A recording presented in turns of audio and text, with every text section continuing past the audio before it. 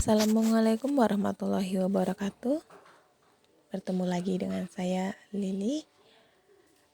Pada pertemuan kali ini kita akan melanjutkan ke bab kedua. Sebelumnya pada bab pertama kita sudah belajar mengenai berita. Pada bab kedua ini kita akan belajar mengenai iklan, slogan, dan poster. Kita bahas yang pertama terlebih dahulu. Apa itu iklan? Jadi, iklan itu merupakan pemberitahuan yang bertujuan untuk mendorong, membujuk khalayak ramai agar tertarik pada barang dan jasa yang ditawarkan. Jadi, maksudnya di sini yaitu apabila si pembuat iklan itu dia menawarkan sebuah barang, maka harapannya adalah agar si pembaca atau pendengar itu mau membeli produk yang ditawarkan. Apabila yang ditawarkan itu jasa, maka si pendengar ataupun si pembaca itu mau untuk menggunakan jasa yang ditawarkan oleh si pembuat iklan. Itu pengertian dari iklan. Selanjutnya kita ke fungsi iklan. Yang kedua, fungsi iklan. Fungsi iklan ini dibagi menjadi 3. Yang pertama, sarana informasi. Jadi di sini iklan itu berfungsi hanya untuk menyampaikan produknya, menjelaskan mengenai produknya. Selain dia menjelaskan produknya, dia juga bisa menjelaskan ciri-ciri produknya. Mengenai fungsinya juga bisa, karena dia tujuannya hanya untuk menyampaikan informasi. Itu tujuan dari fungsi dari iklan yang pertama. Yang kedua, fungsi iklannya yaitu untuk mempengaruhi atau sebagai persuasif.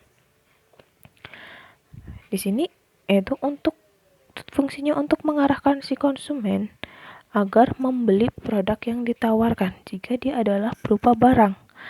Tapi jika dia berupa jasa, maka tujuannya agar mempengaruhi si pembaca atau konsumen itu mau menggunakan jasa yang ditawarkan oleh si pembuat iklan. Yang ketiga, sebagai pengingat. Iklan itu mengingatkan konsumen tentang produk-produk tertentu agar selalu menggunakan produk tersebut. Jadi, dengan kata-kata tertentu, kita akan mengingat pada produk tertentu. Contohnya, ketika saya mengatakan ada manis-manisnya, maka kita akan langsung teringat mengenai sesuatu. Apa itu? Ada yang tahu? Ya, air mineral. Dengan kata ada manis-manisnya, itu cenderung ke dalam iklan air mineral tertentu, merek tertentu. Dengan kata-kata itu, kita mengingat, iya, air mineral ini ada manis-manisnya loh. Jadi, harapannya dengan cara mengingat tersebut, kita nanti akan membeli produknya atau menggunakan produk tersebut. Itu fungsi dari pengingat. Yang ketiga, syarat iklan. Syarat iklan yang baik itu dibagi menjadi 4 kurang lebih. Yang pertama, kita bahas mengenai objektif dan jujur. Yang dimaksud objektif di sini, si pembuat iklan itu dia menjelaskan mengenai produk yang ditawarkan itu sesuai dengan kenyataan yang sebenar-benarnya, sesuai dengan keadaan produk yang ditawarkan. Selain objektif, dia juga harus jujur apa adanya.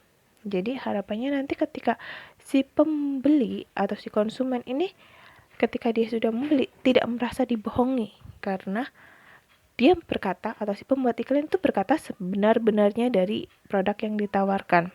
Itu syarat yang pertama. Syarat yang kedua itu jelas dan mudah dipahami. Ini sangat penting dalam pembuatan iklan.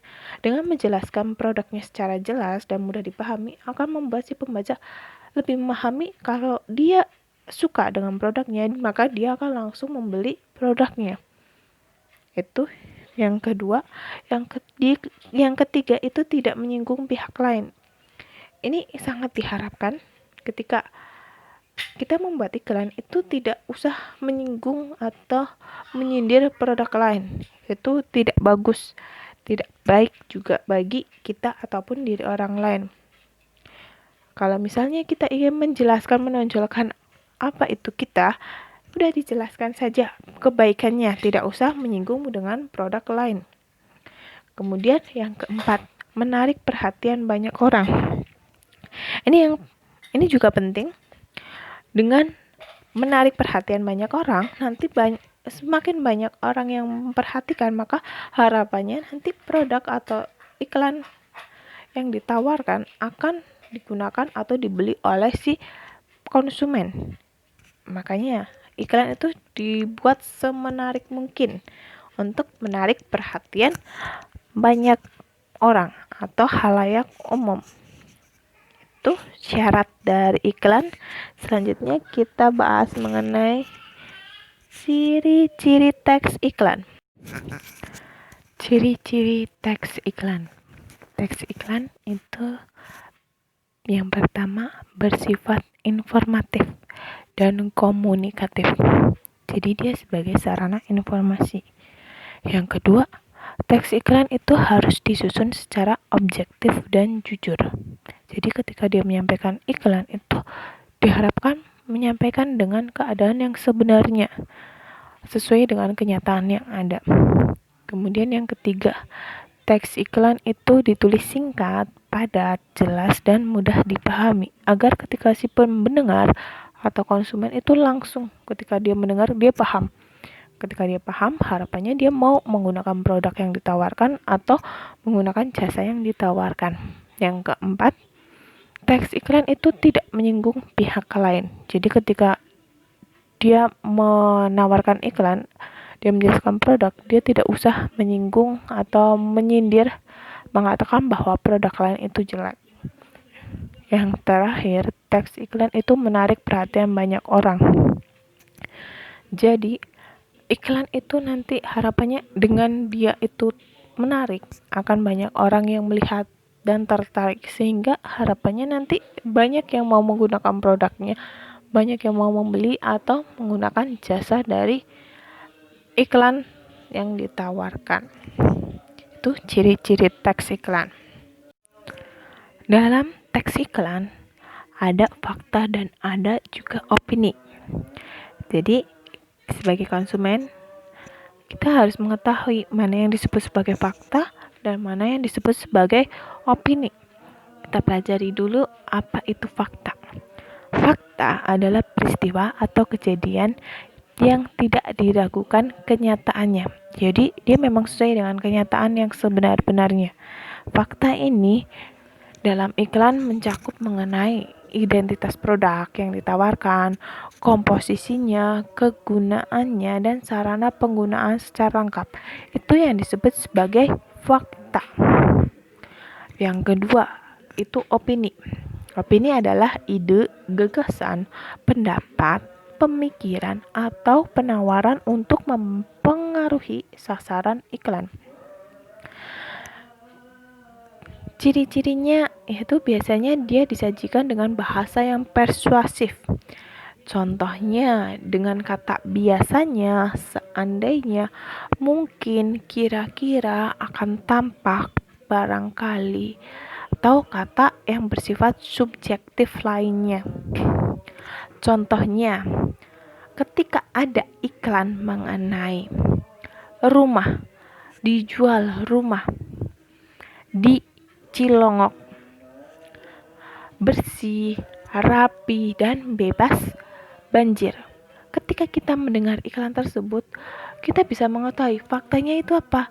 Faktanya adalah lokasinya. Lokasinya di mana? Di Cilongok. Sedangkan opininya adalah tadi bebas banjir, kemudian rumahnya bagus, itu adalah termasuk ke dalam opini. Kenapa disebut sebagai opini? Karena itu adalah pemikiran dari si penulis, dari si pembuat iklan.